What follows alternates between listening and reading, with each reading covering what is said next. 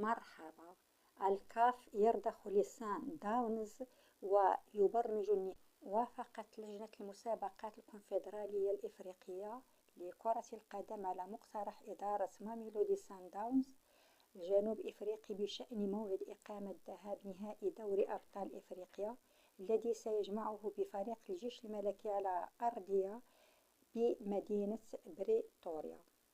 إذا مرة أخرى وافق الكاف على تأجيل المباراة إلى يوم الأحد 17 ماي بدلا من الجمعة، وذلك عند الساعة 2 زوالا بالتوقيت المغربي أي 3 زوالا بتوقيت جنوب إفريقيا، وذلك بعد ضغط كبير مارسه فريق سان داونز الذي رفض اللعب يوم الجمعة كونه يوم عمل وليس عطلة.